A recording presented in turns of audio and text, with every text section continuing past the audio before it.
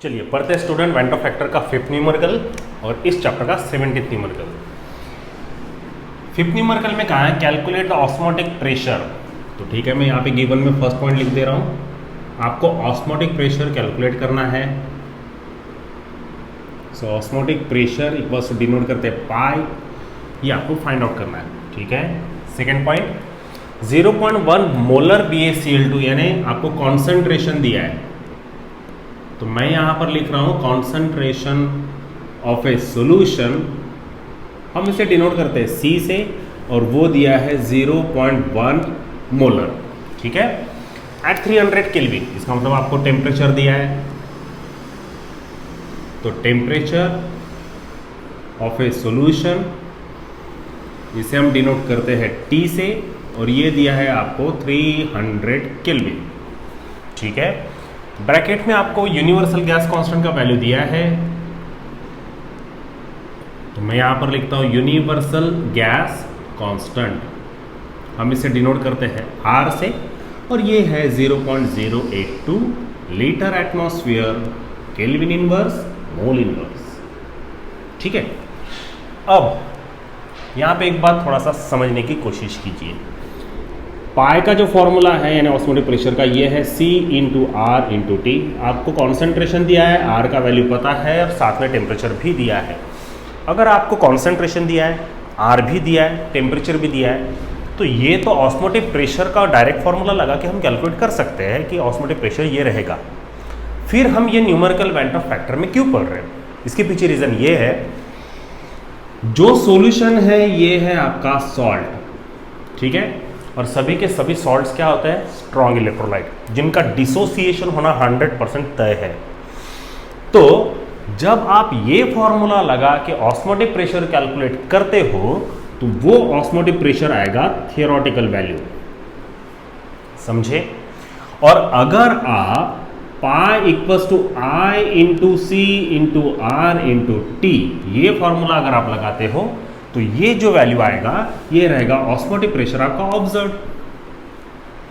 ठीक है, और साइंटिफिक डेटा क्या चाहता है कि वो आपको एक्सपेरिमेंटल वैल्यू मांगेंगे, तो अगर आपको एक्सपेरिमेंटल वैल्यू या फिर कैलकुलेटेड डेटा अगर फाइंड आउट करना है तो आपको went Hoff factor find out करना ही पड़ेगा।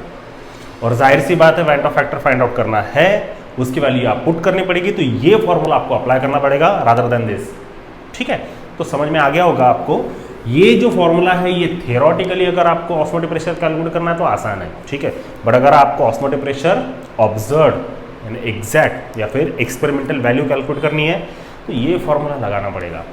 तो आपको समझ में आ गया होगा कि भले ही आपको सब डेटा दिया है फिर भी हम वेंट ऑफ फैक्टर में ये न्यूमेरिकल क्यों पढ़ रहे हैं। ठीक है, समझने की कोशिश करते जाइए।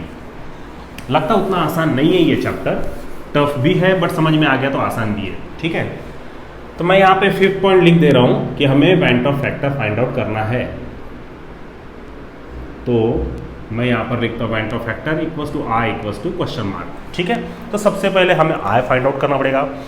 Went Hoff factor find out करने के लिए आपको पता है, इसके पहले के न्यूमेरिकल में आपको समझ में आ गया होगा कि आपको अल्फा यानी डिग्री ऑफ डिसोसिएशन कैलकुलेट करना होगा। अब डिसोसिएशन ही क्यों, क्योंकि सॉल्ट है, उसका आयनाइजेशन होता है, तो उसके लिए डिसोसिएशन होना पड़ेगा। इसीलिए मैं यहाँ पर लिखता हूँ dissociation of BaCl2 is given as, कैसे वो आएगा, BaCl2 in equilibrium it gives you Ba++ along with twice Cl minus ions. ठीक है, तो यहाँ पे Ba++ एक्वस लिखे नहीं लिखे वो चलेगा, कोई इशू नहीं है।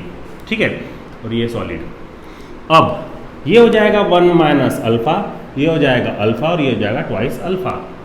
ठीक है, अब यहाँ पे और एक बात, as BaCl2 is a strong electrolyte, ये तो मैंने पहले बता दिया, जितने भी सॉल्ट्स हैं, जितने भी स्ट्रॉन्ग एसिड्स हैं, जितने भी स्ट्रॉन्ग बेसिस है, सब के सब आपके स्ट्रॉन्ग इलेक्ट्रोलाइट है। और हर स्ट्रॉन्ग इलेक्ट्रोलाइट के लिए, जैसे कि BaCl2 है, as BaCl2 is a strong electrolyte, the value of degree of dissociation, that is alpha should be 1। ठीक है, आता ही है।